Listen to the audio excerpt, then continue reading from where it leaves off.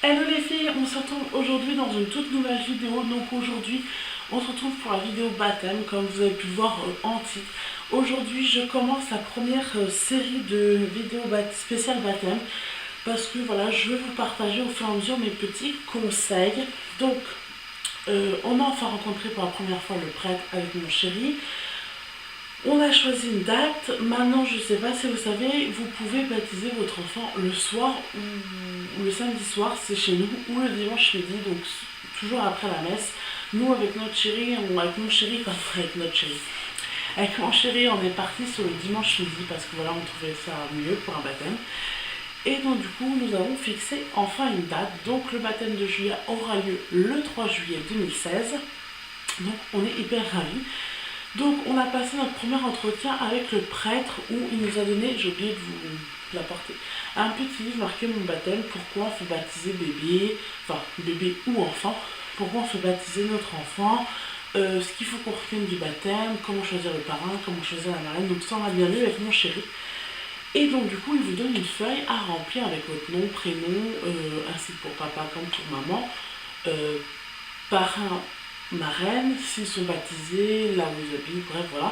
Donc ça c'est la première démarche que vous remplissez, que vous redonnez après au prêtre, et lui vous donne une date de baptême. Donc nous on nous avait proposé plusieurs dates, on a choisi le 3 juillet. Voilà, donc une fois que ça s'est enclenché, on aura notre deuxième rendez-vous avec le prêtre courant avril je crois, parce qu'on a 4 rendez-vous avant la date de baptême. Voilà, donc c'est 4 rendez-vous que je ne sais pas ce qui se passera.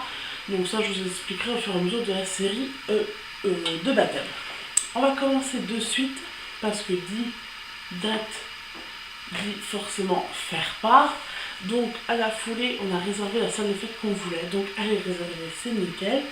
Donc du coup on a décidé de commencer nos faire-part bien sûr.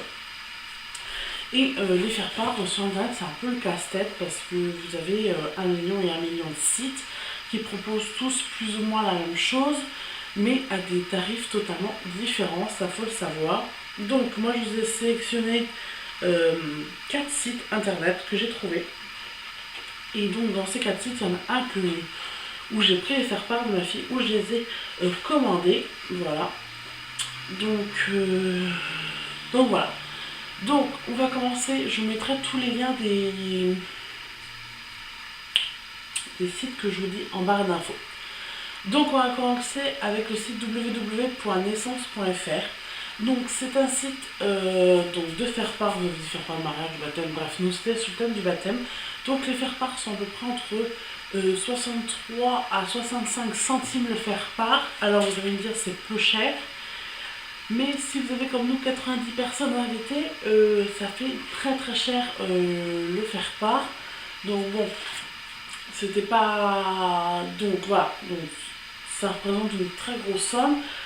Donc, sachant qu'en plus, il faut en prendre 996 exemplaires de faire-part pour avoir une somme à 0,63, sinon le faire-part tourne autour d'1,54€, donc ce qui est extrêmement cher. En ce moment, vous avez un code promo de moins 20% avec le code promo20.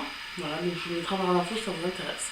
Donc moi, c'est pas le site que j'ai choisi, c'est un site très original, il propose toutes sortes de faire-part originales comme moi original, dépliants, enfin plusieurs formes de dépliants, très joli, mais c'est pas le site que j'ai choisi.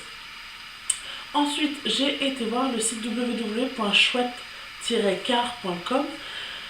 Donc c'est un site qui propose de faire part entre 40 à 80 centimes le faire part. Donc ça reste dans des tarifs déjà un peu plus raisonnables. Mais c'est pas le site que j'ai choisi. Vous avez en ce moment 5€ de réduction pour toute nouvelle commande. Donc ça se met automatiquement dans votre panier si vous êtes intéressé. Les faire part sont gratuits plus les enveloppes qui sont uniquement blanches. Voilà. Ensuite, vous avez le site www.monfairepart.com. Donc ça, c'est le deuxième site que j'ai hésité avec le dernier site que je vais vous présenter. Parce que j'aimais beaucoup leurs thèmes. C'était des thèmes un peu plus, on va dire, plus bébé, plus... Bon, moi j'étais en catégorie fille, hein, j'ai pas regardé la catégorie garçon. Mais dans la catégorie filles, c'était du rose poudré, du blanc avec des petits pois dorés, c'était très joli. Mais bon, c'est pas sur ce site-là que j'ai choisi. Ils étaient autour de 99 centimes à 1,29€ le faire-part, donc c'est très cher, 1,29€ le faire-part. Enveloppe offerte, et sur ce site, ce que vous avez la particularité, c'était surtout des faire-part style ardoise, vieille écriture, comme dans le temps qu'on écrivait à la plume. Donc ça c'était très joli, mais le faire-part était beaucoup trop cher. Et le dernier, donc c'est sur celui-ci que j'ai commandé, c'est www.fairepartmoincher.com, et là vous tournez autour de 13 à 15 centimes le faire-part. Il vous offre, si vous achetez 20 faire-part, il vous en offre 20, plus les enveloppes de couleurs, donc vous avez 5 choix de couleurs. Et donc ça, à fur et à mesure, 40 plus 20, 50 plus 20, donc ça, je trouve ça hyper avantageux parce que c'est les moins chers. Et qu'en plus, ils vous offrent 20 faire-part plus les enveloppes, donc ça, c'était sur ce site-là que j'ai commandé. J'ai beaucoup aimé ce site parce que vous aviez de tout. Alors vous n'aviez pas de thème style Minnie, Mickey, tout ça, mais vous aviez des thèmes comme nature, plus cosy, enfin voilà, j'ai beaucoup aimé. Donc c'est sur ce site-là que j'ai commandé mon faire-part pour ma puce. Voilà, donc pour le tour des faire-part, je pense qu'on a fait à peu près le tour. Voilà, après si vous avez d'autres sites où vous avez trouvé des faire-part, n'hésitez pas à mettre en commentaire pour d'autres si elles préparent un baptême. Enfin, sur ces faire-part, sur tous ces sites-là, à part naissance, mais sur les 3 autres sites que je vous ai présentés, vous retrouvez des faire-part pour autre chose, des faire-part de remerciement de baptême, des faire-part de mariage, des faire-part de naissance. Voilà, vous avez d'autres catégories que le baptême. Ensuite, je vais vous donner mes quelques petits conseils pour bien choisir sa salle des fêtes, parce que voilà, je pense que c'est par les... Une fois qu'on sait la date du baptême, c'est les 2 premières choses à faire de suite. Donc, nous on a réservé une salle de fête pas très loin de l'église, qui est autour de 5 km. Donc, on a choisi la salle, on l'avait déjà vue parce qu'on avait été témoin d'un mariage qui s'est présenté dans cette salle-là. Mais sinon, nous, nos catégories pour choisir la salle, c'était en fonction du nombre d'invités. Donc, si vous avez peu d'invités, privatisez une salle beaucoup plus petite. Parce que plus elles sont chères, plus elles sont petites, moins elles sont chères. Je sais que la nôtre est très grande parce qu'on sera très nombreux et que pour 2 jours c'est 400€. Donc voilà, si vous avez, je sais pas, je vais vous dire 25 invités, ne prenez pas une salle à 400€ pour 2 jours. Voilà. Faites en fonction de vos invités. Également en fonction du lieu où se trouve l'église. C'est-à-dire que si l'église est là, prenez pas une salle de fête à 20 km. Parce que voilà, les gens qui sont pas du coin, c'est pas très facile pour se repérer. Autre conseil, prenez en fonction de sa disponibilité. Nous, on l'a réservé très tôt parce que, sachant que c'est la période au mois de juillet des baptêmes, des mariages, même des fêtes de fin scolaire, puisque nous, on avait 3 dates, et la première date qu'on avait choisie, c'était le 26 juin, mais malheureusement, le 26 juin, la salle des fêtes qu'on voulait, c'était la fête de la fin d'école, quoi, la kermesse.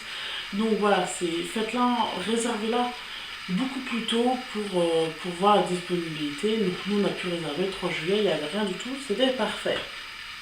Ensuite, quand vous réservez une salle, n'hésitez pas à bien vous renseigner du prix, surtout s'il y a une caution à donner. Donc déjà, vérifiez bien le prix si c'est dans votre budget. De deux, si vous avez une caution inclue dans votre budget, mais bon, enfin en principe si vous rendez la salle en bon état, la caution ne sauve pas. Hein. Donc voilà. Demandez bien l'heure que vous devez voir pour avoir les clés et pour les rendre et pour faire l'état des lieux. Voilà, soyez là pour les 2 états des lieux, c'est-à-dire qu'il ne faut pas que votre compagnon soit à l'état des lieux de départ et vous soyez à l'état des lieux de retour, parce que voilà, vous n'aurez pas forcément vu la même chose, et s'il manque quelque chose, bah voilà, vous serez un petit peu pénalisé. Donc soyez bien là. Surtout, regardez bien comment marche le four, le lave-vaisselle.